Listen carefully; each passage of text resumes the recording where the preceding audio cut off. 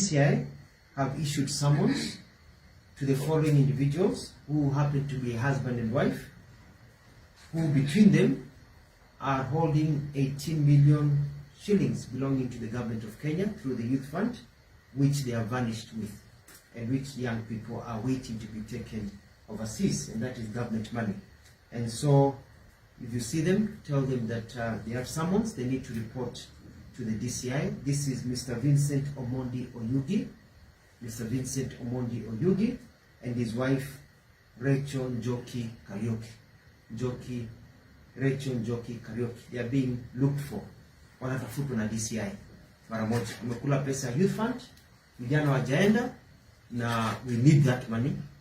We need people to be sent overseas. They need to show us where they have taken that money. Kama wamenunua Mercedes Benz, liuzwe, lakini we cannot steal people's money